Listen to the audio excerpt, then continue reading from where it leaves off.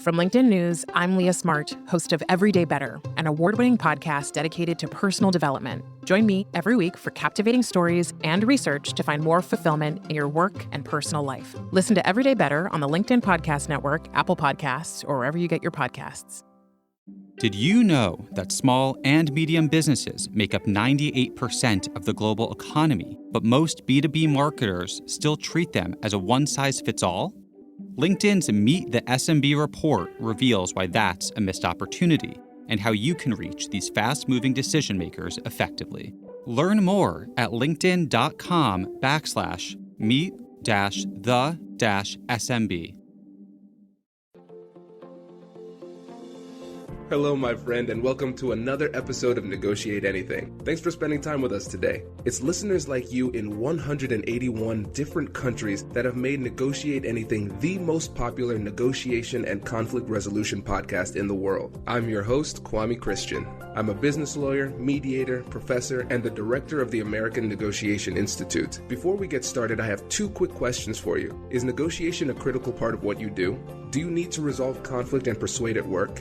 If you answered yes to both of those questions, visit our website to learn more about our negotiation workshops. We've traveled the country working with professionals just like you, and we'd love to have the opportunity to work with you too. Check out the link in the description to learn more.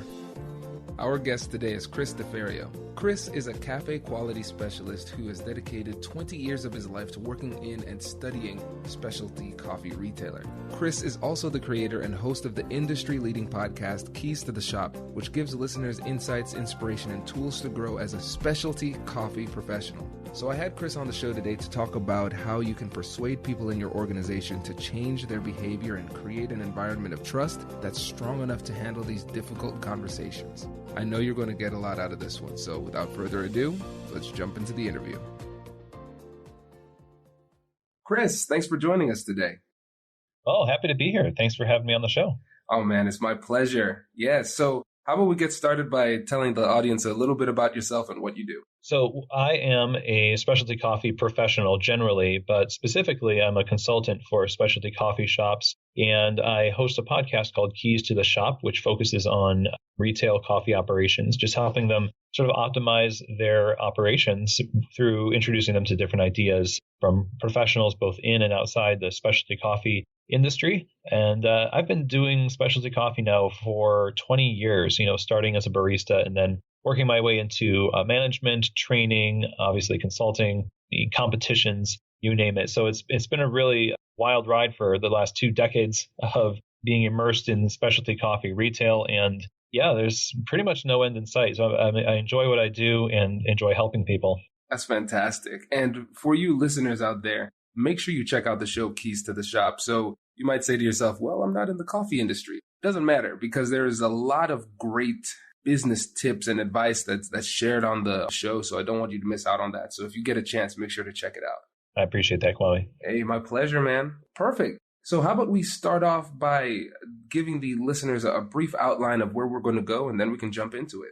So where I think is most helpful to go, especially in today's kind of work environment, there's always room to learn about change. And so change management, leading change in your team or your company is always a relevant topic. So I want to talk about kind of 3 things that will really help you navigate it well without alienating people and get the best result possible. Because a lot of times we in management and leadership want to make our mark on a business or on a team, and we've just read a book on it or something, and we go in hot and we get cold back, and we don't want that. And so what we're going to talk about is 3 things. And those 3 things are gaining understanding of the issues before all of this, highlighting the payoff for the culture. And then number 3, we're going to have a plan going forward for how to communicate. And there's a step before all of those things that I think is really important that will make them all successful. Yeah, let's go ahead and start with that one. Yeah. So change management sounds great because it gives you, the one who is like ushering in the change, hope that, oh, finally, this thing that I've always hated about X, Y, or Z is going to change. But like I said a moment ago, you can come in hot and people aren't going to really be on the same page. And one of the reasons why, and one of the main reasons why, is that you're not communicating in an environment of trust. And that's something that's cultivated purposefully by leadership and management. That is not something you can do as using your positional authority. You have to use sort of a relational authority to create an environment where people trust you have their best interest in mind and not just the company's best interest in mind. Because the culture that is within a company is not exactly the same as the company. There's a great book by author named Stan Slapp. Always like that last name. And his book is called Under the Hood. And its basic premise is that the culture, it looks out for itself. And your job as a leader or manager in charge of this group of people is to learn about that culture and win them over. And that's really, really key to ushering in positive change. I love that point. And I think you're right. A lot of people jump straight to persuasion, trying to change people's minds without setting that foundation of trust beforehand. And one of the things that is frustrating for people who are eager to make change is that trust takes time. It takes a lot of time, and it takes repeated investments in the relationship in order to create trust. And so I think when it comes to thinking strategically about our persuasive processes, we need to think long term and think about how we want to implement our strategy down the road and have the necessary patience that comes with creating that relationship with the foundation of trust. Exactly. Yeah. And your good ideas alone are not going to woo people. You as a human being connecting with other human beings is going to be the primary way that people are going to give you the time of day when it comes to changing their world, that's basically what you're doing. For me in the coffee world, when you, as a consultant, if you go into a store, if I see something that needs change, you can't just go in there and steamroll what everybody is used to because you've got muscle memory behind the bar. Everyone's used to where things are. And if you just start moving things around and you don't respect the culture, then you're going to lose trust with those people. You're not going to come in as somebody who's serving their needs. That's going to erode trust, and it just is not good for anybody. So for most owners, they believe that they have the trust of their employees. But in a lot of cases, what I see is owners of businesses become siloed in the office while the frontline staff kind of hack it out the front lines. And those worlds collide in ways that are, you can't really put them together. You can't really identify it as well because it's not tangible, but you can feel the tension. And as much as you can integrate yourself into their world and gain that trust again, it's going to be great. And it'll make these next steps really that much more successful. Fantastic. Yeah, I think that gives us a good foundation for step one, which is gaining understanding of the issues. Can you tell us a bit more about that? Yeah, so gaining understanding of the issues, in not just identifying that there are issues, but it's trying to sort of implement that, the 5 whys of why is this way? And then when the answer comes back, you ask why again, and you get further and further down to determine what the root cause is, sort of a root cause analysis of the problem, because maybe there is an issue that you see on the surface, but it's really rooted in an employee's inability to follow directions, for example. And so you might think everyone's to blame for where a particular item makes its way on the bar, or that a report wasn't put in the proper bin. Office world is not my world, so I don't know what those problems exactly are. But you have to know inside and out the whys behind it, or else you can't address it fully, and you can't respect the necessity for it, because oftentimes solutions to problems that are unaddressed by managers are invented by staff for their own survival. So if somebody doesn't fix a piece of equipment and you cobble together a fix that allows you to do your job and somebody gets on you about that issue, you feel violated because you were just doing it because no one else was. You wouldn't know that unless you really dug deep. For me, I think it's really key because I can tend to be the guy that goes in and says, all of this needs to change. I have a list. I have a clipboard. In fact, I went into one shop that I was hired to sort of help systematize, and I had a clipboard with me, which I like clipboards, and I think they're great for providing resistance for paper, and that's all I thought. So I did, my thing. And come to find out that I was seen as, this overlording, be gone with you type of figure. Like, they were not really happy with that because I wasn't really coming in there as on their side. It was like I was dissecting them instead of assisting them. So gaining understanding of the issue has less to do with sort of poking and prodding as it does coming alongside and asking questions to discover with empathy what is going on with this issue, not in an accusatory way, not in a gotcha sort of way, but in a way that seeks to benefit the individuals that they can really see in the cadence of your voice and in the way that your eyes are. If it's not genuine, people are going to tell, especially if you're in authority. People just zoom in on you way more than you realize. So this has got to come from the heart to gain understanding. So what we do is once we gain understanding of the issue, and it still needs to change, if it's truly something that needs to change, you've got to get feedback from the people in the process. Does your company invest in professional development training? If you believe that your team would benefit from a negotiation workshop, all you need to do is go to our website, fill out the workshop request form, and then we'll set up a time to chat. These workshops are completely customizable, and we've done them all around the country. Negotiation and conflict resolution skills are beneficial across all professions, but they're especially useful in procurement, purchasing, sales, sourcing, and contract management. Our calendar is filling up quickly, and we even have some workshops scheduled for next year. If you think you might want one, I'd suggest reaching out soon so you don't miss out. Check out the link in the description to learn more. And now, back to the show. Hey you, I'm Andrew Seaman. Do you want a new job? Or do you want to move forward in your career? Well, you should listen to my weekly show called Get Hired with Andrew Seaman. We talk about it all, and it's waiting for you, yes you, wherever you get your podcasts. Small and medium businesses don't have time to waste, and neither do marketers trying to reach them.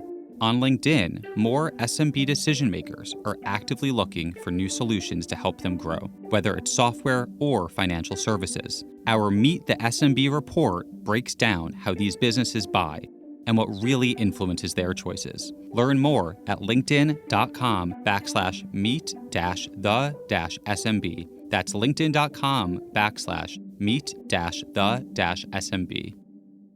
So all of that is critical. Now, that's a mouthful, but it probably makes a lot of sense to your audience, and anybody who's in charge of people will kind of understand that. It's nod knowingly, but when it comes to actually doing it, sometimes we can flounder. The next step within this gaining understanding thing is you have to receive feedback from the employees and include them in the process. So it's not just about gathering information that you can use to make a decision. It's about gathering ideas as well. So people who work the front lines of a coffee bar might have identified a kink in the workflow where you could make a drink faster if we just fill in the blank. What is the process from making this workflow a lot more efficient and making customers happier, making you happier? They've thought of it. You have to check your pride in this situation because sometimes we want to be the idea generators so that we can go back to our boss and say, hey, my idea is stamped on this company. So again, include people in the process is really critical because that endears them to you, and it actually is going to be them who are the enforcers of the change when you're not there. You want them to not only trust you, but fully adopt and buy into whatever it is that is going to take the place of what they already know. Right. Oh, this is brilliant. I really like this. And there are a few questions that have come up for me, especially when it comes to the information gathering stage in the gaining understanding step of this process. What it seems like is that coming into this, it's easy for us as the self-proclaimed experts to feel as though we know what the right answer is. And along with that mentality comes with a set of assumptions about what's happening here. And the issue with assumptions is that it stifles our curiosity. And so we don't feel as though we need to ask questions and learn because we already know the answer. So along with that, you mentioned earlier we need to check our pride, approach this with the requisite humility. But how do we do that? How would you suggest that somebody in this position operates without these assumptions getting in the way of asking great questions and learning from the people that they're working with? Yeah, that's definitely tricky because each person has a different level of pride or different soup mix of emotions and motives and things like that. And I think it's really the how is more about self-discovery, self-knowledge. And it's not like you can just go online and take a quiz and find out, oh, here's how I check my pride before going into a meeting. It might take you some time to discover what your motives are. It's actually a little bit messy to find out about yourself. And it's a journey of self-discovery. But I would say for our purposes today that you need to understand what your why is when you go into it, and that it's not about you and it's not about your legacy and it's not a selfish motive, but that you kind of dwell on the benefit for the others involved. Actually think about them as more than just units and pieces that if you just got this person out of the way, if you just got this person into a position of power or yourself into a position of power, then everything would be better. You really just have to do the work to begin to foster genuine feelings of generosity towards the people that you're leading, or else you probably will just fill in that void with self-interest, pride, or whatever it is. So I think actually a good book for this is a book that I'm listening to for the second time called Leadership and Self-Deception by the Arbinger Institute. And it's a fantastic sort of story-based business fable, if you will, about getting out of your own head and treating people like people. And it's really transformational. And so I would recommend listeners get that book, listen to it, and you'll see what I mean. Like now you'll be in a position after applying some of the things in that book to go in there with a little less of me focus and a little bit more of we focus. I appreciate that. We always like a good book recommendation on this show. One of the things that you mentioned earlier was the importance of involving them in the process. And we know that, especially if you have been brought in from the outside with the task of instituting change, they can see you a little bit as the enemy. So how can we make them feel comfortable in engaging in this process collaboratively? Well, I'd say asking questions again would be a good one, because most of the time when you come into a situation that requires change, you are coming into a situation that has a communication issue. And you are going to immediately, by asking questions and seeking to really understand where people are coming from, you're going to win them over just a little bit in that moment, because you're providing them something that maybe their boss, or in my position coming in as a consultant, maybe they're reporting directly to a supervisor, but you as the manager of those supervisors have the task of listening to their qualms about a new software or a new process of managing leads, whatever it might be. When you listen to people, you give them your ear and you let them know that their opinion is important. So you hear all the time, people just want to be heard and understood. Even if you don't take their idea and apply it necessarily, they're still going to feel a little bit more comfortable with you because at least you've gone that far. And so there's some practical things. I mean, if you're the type of person like I am that has a really pronounced brow, for example, you will be told that you're intimidating or that you always look angry. This is a problem for a lot of really serious, detail-focused people. They're serious at times, too much, and you need to soften up the way that you communicate and the way that you come off to people. Your presence has to be purposeful, and you have to calculate what you're doing. You can't just waltz in there and necessarily, quote unquote, be yourself. You've got to be what they need. That's going to be somebody who comes with a hard-hitting solution to a problem. And you could also have a soft approach. I think this might be referred to as the velvet hammer approach in terms of management. But that would be what I'd say to that. It's kind of a non-answer because it's such a huge topic. Right. No, it makes a lot of sense. And a couple things that I want to focus in on there when it comes to collaborating with them in this and asking questions and learning. One of the things that I like to keep in mind is the idea that everybody is an expert in something. And when I think about it that way, there's certain things that these people knows because of their life experience and on a deeper level than I will ever get to. And in order for me to be at my best, I need to learn from this expert.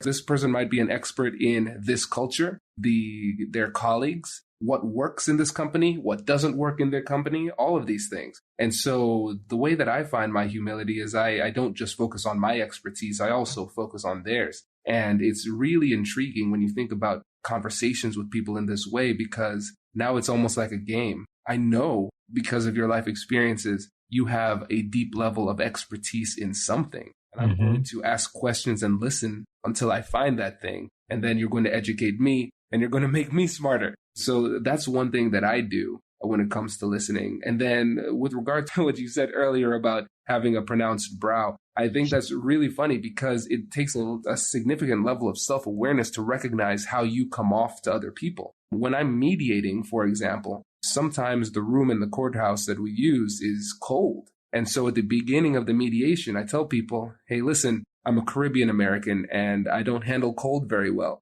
And so because of that, I'm going to cross my arms and cross my legs. And I don't want you to feel as though this is an indication of my dissatisfaction or skepticism. I am just cold. Okay. So then when they see that body language, it's not scary to them because I've prepared them. I've set that expectation. And so now they don't read too much into it. That's great. And ironically, it warms them up to you. Exactly.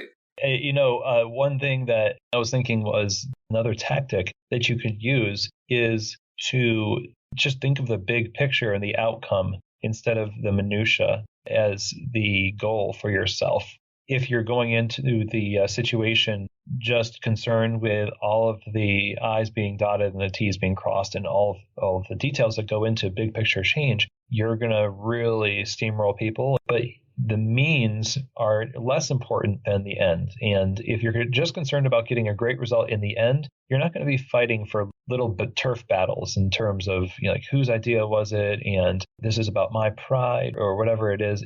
These are petty things when you're really focused on the big picture outcome, because that's really what's going to reflect good on you is what you achieve in the end. How you achieve it is important for sure, but you can't really get a great result by lording it over people and being concerned about only yourself. I think that's a really great point. And then one other thing I'd like to add at the end before we move into step 2 is that part of the gaining of understanding needs to include getting a general understanding of the biases at play within the conversation. And usually when we hear the word bias, we think of racial or gender or cultural bias. But in this case, we also need to consider bias in terms of the way that they see you. So a bias is a preference to something or a negative attitude towards something, right? That isn't necessarily based in fact. And so for them looking at you, there's a bias because they see you as this change agent, and it makes it more likely for them to see you as somebody who might be a little bit self-righteous. Oh, you think you're better than me, those type of things. And so what ends up happening is that words that you say are going to be filtered through that lens. And if there's something that is ambiguous that you say, they are more likely to perceive it negatively because of their bias. And then similarly for us, if we are the change agents, we're the people who want to institute some kind of change within the culture or the business operations, we're going to be biased towards change. And I tell my clients this all the time when it comes to business negotiations. When the deal is done and we're just reviewing the contract, I tell them that there is a bias that I have to mark up the contract because I want to let the client know that I'm working. It's like, hey, there's no subject verb agreement here. You know what? They really shouldn't have used this word here, but it doesn't have any legal significance. I just want to show them that I'm working, and that's my bias. And so here, maybe there are certain things that work fine, but we're going to be biased towards changing it because we want to feel significant. And so recognizing both of the biases that are in play in people on the other side and in ourselves, that's going to help us to be a lot more persuasive as well. Yeah, that's a great point. It's like everyone who's been a teenager at 16 or 17 wants to change the world, but they hardly even understand the world yet. They just want to change everything. Yes. Yep. Well, perfect. Well, let's move on to step 2. So yeah, step 2 is to highlight the payoff for the culture, and in particular, the group of people that you know are going to be carrying the program or the process or whatever it is that you're putting in place, what's in it for them? Is it a better working environment? Do you have the numbers to show how it's going to be better? Do you know enough about the nuances of their workday to be able to identify actually what's going to be the payoff? So if you've done the work of understanding the issue and previous to that, you've created an environment of trust, chances are you do know and you can lay out one after the other. Well, here's what you guys do all day, and here's how this is going to positively impact what you do. Diane, I know that you complain about this thing here that you always have to deal with every day. Well, it's going to change in this way. And I know that's something that you've vocalized before. It's something that this will actually address. This change will address that thing. So by making it specific and by making it relevant to the culture, then you are speaking their language. And the language that they speak is not the language of the training manual or whatever onboarding materials they were given or emailed. Those are highly manicured, robotic. As much as we try to dress it up with hip language and whatnot, it's like, your mom trying to make a joke with you and your friends.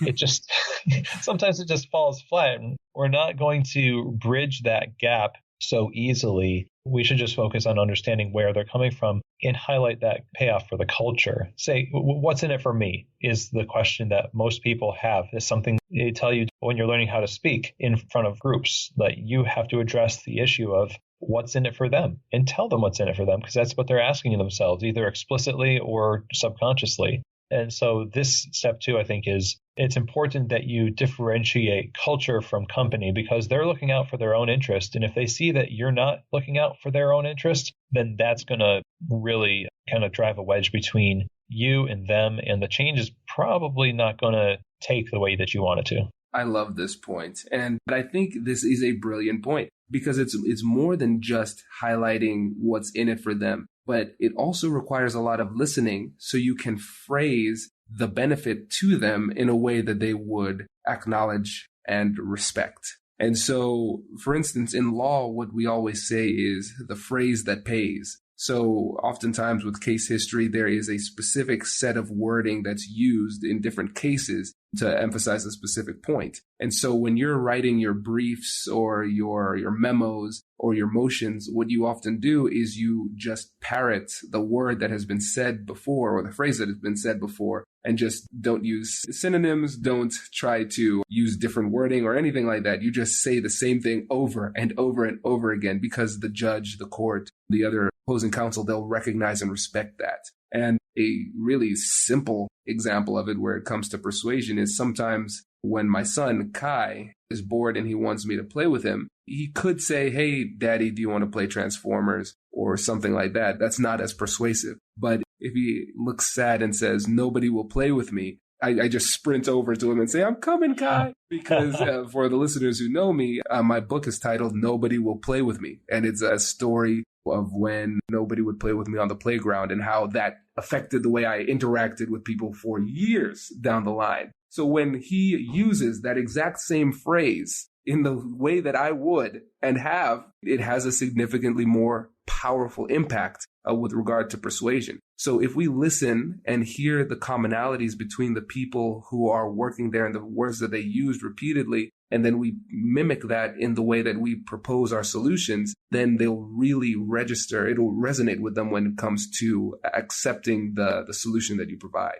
Love it. That's a great point. Fantastic. Well, let's move on to number 3. All right. So number 3, let's just hypothetically, before we get to number 3, I think it's important to know these are 3 things. You might have 5 things. There's stuff that could go on between all this. You can extrapolate this out into 10 things. These are general steps that you want to make sure to hit. So it's not exhaustive necessarily in each process of change. I think you said it earlier, Kwame. It's a long-term thing. It can take a long time. And so don't let the 3 steps fool you, because it's clickbaity for sure, and it's meant to be palatable. But I hope that the substance of what we're talking about gives you enough curiosity to dive in and discover that, yes, this is a long-term thing. It's going to take a lot more work than just it took to listen to this podcast. So number 3 is, let's say you have all of the aforementioned steps on lock. You got them understanding the issues, and now you are going to implement this change.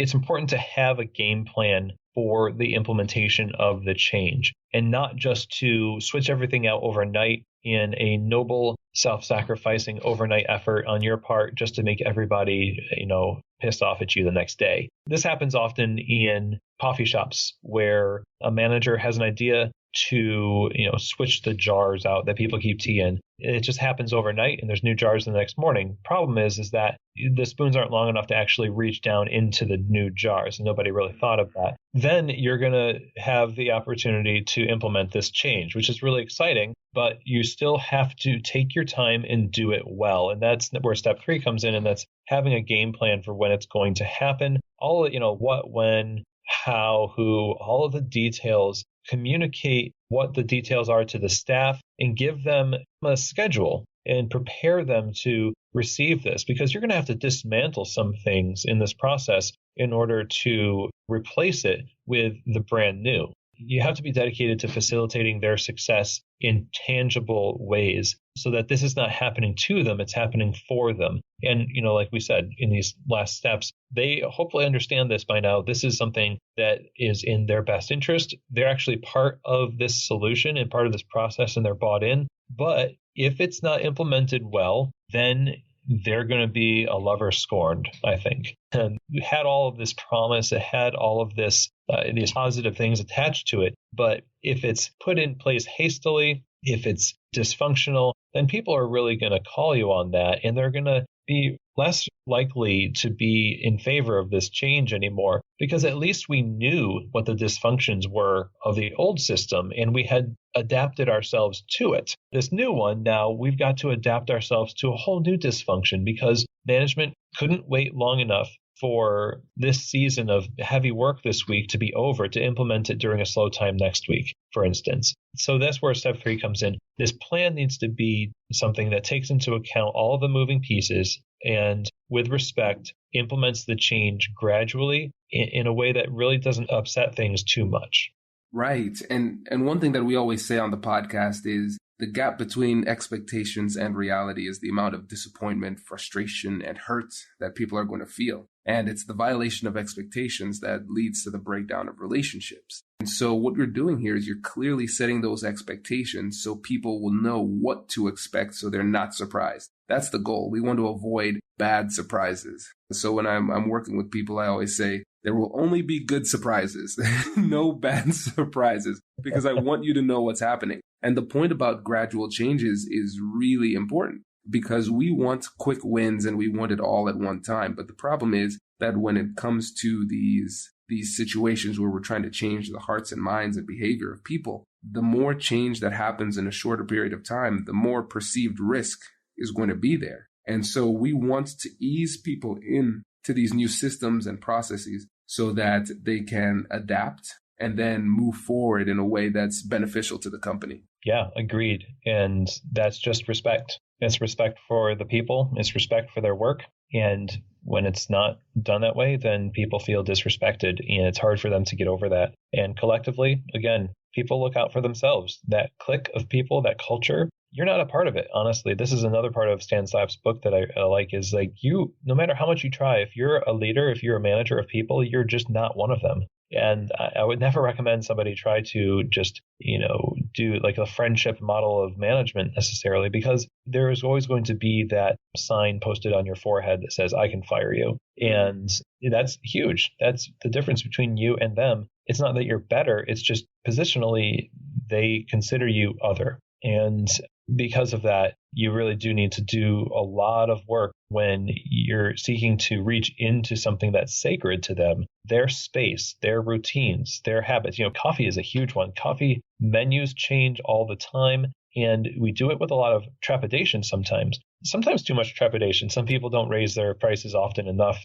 to change with the market. But there are times when things just disappear off the menu that have been long-standing items, and they're not just missed. People get genuinely upset because that was their world. It might not just be an employee. In Coffee Bar's case, it's a customer, but they've come to rely on a particular set of expectations, like you said.